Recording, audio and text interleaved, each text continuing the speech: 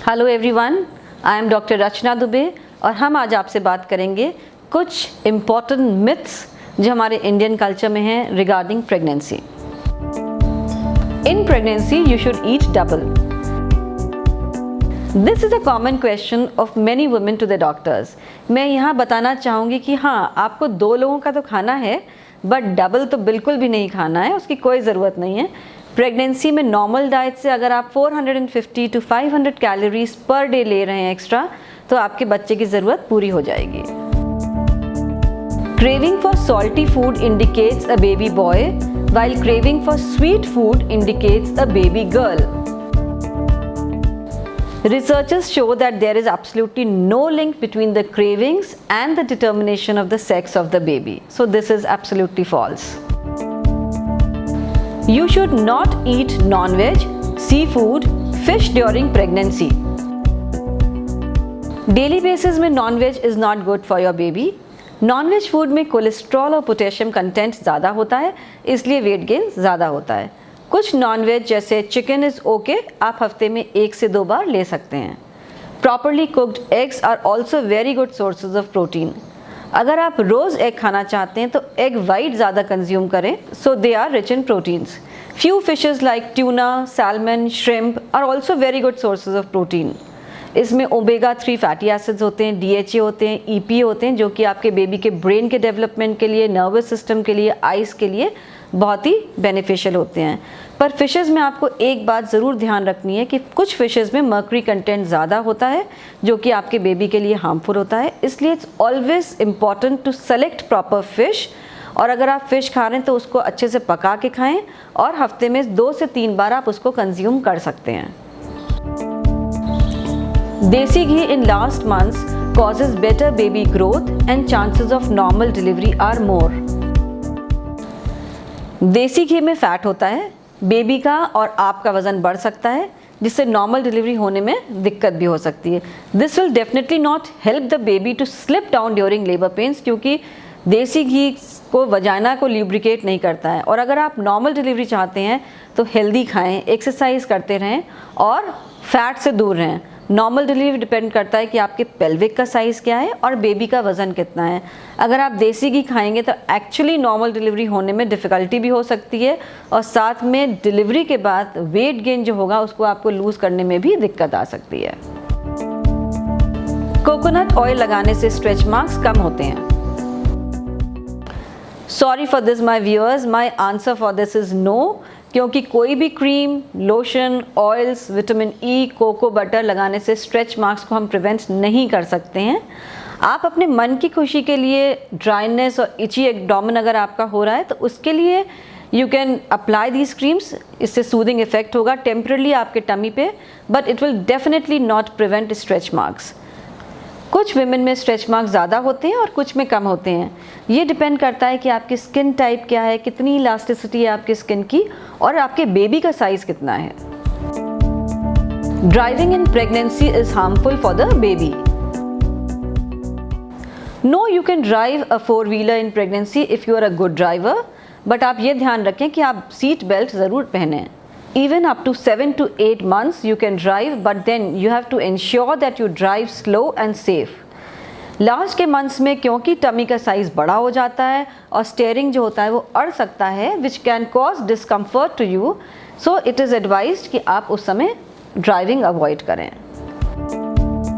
Doing exercise in pregnancy is harmful. No, exercise is actually beneficial for pregnancy, and exercise करने से आप fit और healthy बने रहेंगे और साथ में नॉर्मल डिलीवरी होने की आपकी संभावना भी बढ़ जाएगी।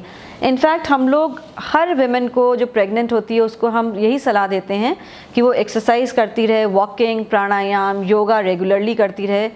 कुछ स्पेसिफिक प्रेगनेंसी रिलेटेड एक्सरसाइजेज होती हैं जो आप अपने डॉक्टर से ज़रूर पूछें और उनको रेगुलरली घर पे करें। ये भी देखा गया है कि जो विमेन रेगुलरली एक्सरसाइजेज करती हैं प्रेगनेंसी में, उनको लेबर पेन्स और डिलीवरी में कम दर्द होता है और उनकी डिलीवरी जो होती है वो भी बहुत आराम से हो जाती है। The heart rate of the baby can predict the gender. No, this is not true at all. लड़का हो या लड़की, बेबी का normal heart rate 120 to 160 beats per minute होता है। You will actually have to wait for an ultrasound or birth to find out whether it's a boy or a girl. The shape of your belly can predict the gender of the baby. अक्सर ये सुनने में आता है कि अगर आपका बेली लो होगा तो लड़का होगा और बेली अगर हाई अप है तो वो लड़की होगी। तो ये बिल्कुल भी गलत है। एक्चुअली स्टमक की मसल्स जो होती हैं वो हर प्रेगनेंसी में धीरे धीरे स्ट्रेच होती हैं। तो अगर बेली ऊपर है तो इसका मतलब है कि आपकी जो एब्डोमिनल मसल्स हैं वो स्ट्रांग हैं, या फिर हो सकता है आप फर्स्ट बेबी को डिलीवर कर रही हैं।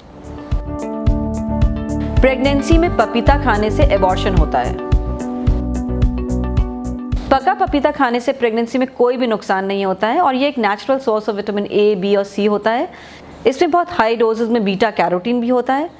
पर कच्चा पपीता बिल्कुल भी नहीं खाना चाहिए बिकॉज उसमें लेटेक्स और पपेन होता है जो कि यूट्रस के कॉन्ट्रैक्शंस को एक्चुअली ट्रिगर करता है, जिससे आपको एबॉर्शन या लेबर स्टार्ट होने की संभावना बढ़ जाती है। An occasional glass of alcohol is okay during pregnancy.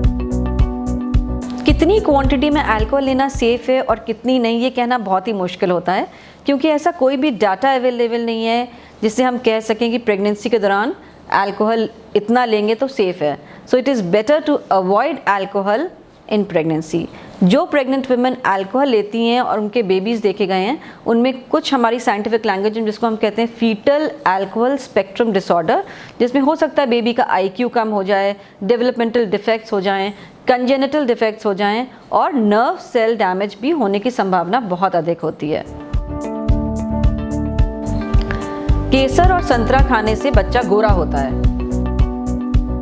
आपके बेबी का कलर जेनेटिकली इनहेरिटेड होता है और वो डिपेंड होता है कि उसके पेरेंट्स, उसके ग्रैंड पेरेंट्स का स्किन टोन और कॉम्प्लेक्शन क्या है, और ना कि आप क्या खाना खा रहे हैं और क्या नहीं खा रहे हैं। बट डेफिनेटली न्यूट्रिशियस फूड अगर आप खाते रहेंगे तो आपका बेबी बहुत हेल्दी होगा। You shouldn't have sex during pregnancy. Sex does not induce labour और ये बिल्कुल सेफ होता है, बट ये ध्यान रखना होगा कि जो सेक्स हो वो बहुत फोर्सफुल और बहुत अनकंफर्टेबल पोजीशंस में नहीं होना चाहिए और कोई अनड्यू प्रेशर आपके टमी पे नहीं पड़ना चाहिए। बेबी जो होता है वो एक एमनियोटिक सैक में बहुत वेल प्रोटेक्टेड होता है और साथ में जो बच्चेदानी का मुंह होता है जिसको हम सर्विक्स बोलते हैं, वहाँ पर म्यूकस प्लग होता है जो बच्चे को हर तरीके से इन्फेक्शन से रोकता है। आप अपने डॉक्टर से ज़रूर एडवाइस लें क्योंकि प्रेगनेंसी जो होता है कई बार कॉम्प्लिकेटेड प्रेगनेंसीज़ में, जैसे कि प्लासेंटा प्रीविया यानी कि जो आपकी आंवल है अगर वो लोअर सेगमेंट में है, सर्विक्स के पास है, या फिर डायलेटेड सर्विक्स है आपका, या सर्विक्स की लेंथ यानी कि जो बच्चेदानी का मुंह है उसकी लेंथ कम है, या उसमें एबनॉर्मल डिस्चार्ज हो रहा है, इंटरकॉर्स के समय से पहले आपको लेबर पेन स्टार्ट हो जाए या आपको ब्लीडिंग स्टार्ट हो जाए, तो उन केसेस में you should avoid sex. You cannot take flights while pregnant. ये बिल्कुल सही है कि long distance continuous international flights आपको और आपके बच्चे के लिए नुकसान कर सकता है क्योंकि लंबे समय तक ट्रैवल करने से जो खून के थक्के होते हैं वो जमने का खतरा बढ़ जाता है। कोशिश करें कि जब आप ट्रैवलिंग कर रहे हैं तो उस दौरान अपने पैरों को फैला लें, थोड़ी थोड़ी देर में हल्की फुल्की स्ट्रेचिंग और मूवमेंट्स करते रहें, हैंड्स के मूवमेंट्स करते रहें, हेड के मूवमेंट करते रहें, स्ट्रेचिंग करते रहें, पैर मूव कर लें, थोड़ा बहुत चल के चले जाएं। अपनी सीट बेल्ट को पेट के ऊपर और नीचे बांध के रखें। खूब पानी पिएं जिससे कि आपको डिहाइड्रेशन ना हो और आप पूरी फ्लाइट में कंफर्टेबल रहें। जनरली कमर्शियल एयरलाइंस 36 वीक्स के बाद कुछ रिस्ट्रिक्शंस लगा देती हैं, इसलिए अपने एयरलाइन से भी कंसल्ट कर लें अगर आप लॉन्ग डिस्टेंस ट्रैवल कर रहे हैं और साथ में अपने डॉक्टर को भी इन्फॉर्म कर दें।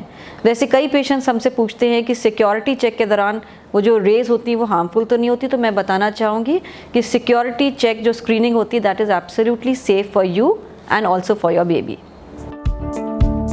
Eating spicy food can induce labor.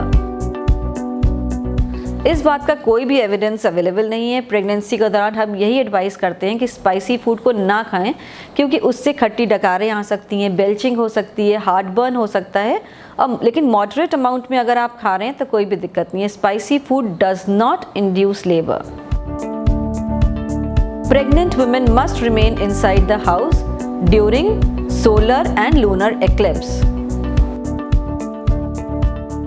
इससे संबंधित ऐसा कोई भी डेटा उपलब्ध नहीं है, हाँ, ये बात ज़रूर है कि सूर्य ग्रहण को नेकेड आई से नहीं देखना चाहिए और किसी को भी नहीं देखना चाहिए फॉर दैट मैटर, क्योंकि जो सन की रेज़ होती हैं, शार्प रेज़, वो हमारी रेटिना को, आइज़ को डैमेज कर सकती हैं। इससे ज़्यादा प्रेग्नेंट वुमेन में कोई एडिशनल रिस्क नहीं होती है और ना ही बेबी को क्लेफ्ट लिप या कोई डिफॉर्मिटी सोलर एक्लिप्स की वजह से होती है। Solar eclipse basically is a geographical phenomena. It's better कि आप घर में रहें, रिलैक्स करें, एंजॉय करें और क्यों ऐसी चीज़ देखें जिसके बारे में थोड़ा कन्फ्यूजन हो। सोलर एक्लिप्स में चाकू छुरी यूज़ करने से बेबी को क्लेफ्ट लिप या और डिफॉर्मिटीज़ हो सकती हैं। एंशिएंट टाइम्स में बिजली नहीं होती थी और ग्रहण के दौरान अंधेरा हो जाता था, तो हो सकता है हमारे जो बड़े थे वो चाहते थे कि हम लोग को कोई एक्सीडेंट्स ना हो, तो इसलिए प्रेगनेंसी के दौरान शार्प इंस्ट्रूमेंट्स, नाइफ्स, फोर्क, ये सब चीज़ें रिस्ट्रिक्ट करते थे जिससे कि हम किसी भी तकलीफ़ में ना पड़ें। But I don't think it has any logic to say कि अगर हम उसको यूज़ करेंगे ग्रहण के दौरान तो बच्चे को क्लेफ्ट लिप और क्लेफ्ट पैलेट होएगा। So this is false. I hope हमने आपके कुछ डाउट्स और मिथ्स जो प्रेगनेंसी से रिलेटेड हैं वो काफ़ी हद तक क्लियर किए हैं, बिकॉज हमारी ओपीडी में ऐसे बहुत सारे पेशेंट्स आते हैं जो इस तरह के सवाल हम लोगों से करते हैं, but there is actually no scientific basis for all these questions, so avoid these. Thank you.